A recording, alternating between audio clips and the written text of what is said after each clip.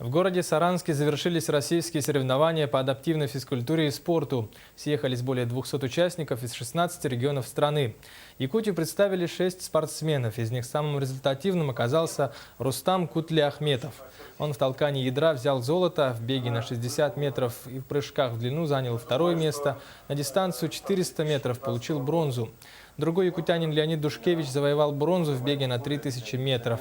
Единственная девушка в команде Екатерина Бабанова сумела завоевать первое место среди женщин в толкании ядра. Также установила рекорд России, кинув снаряд на 6 метров 75 сантиметров и получила путевку на первенство мира, который пройдет в Англии. Также Екатерина выполнила норматив мастера спорта Российской Федерации.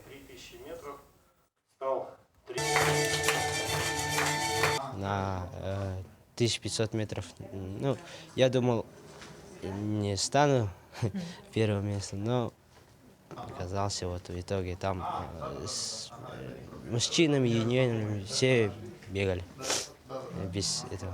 Но я рад, что я достиг первого места, и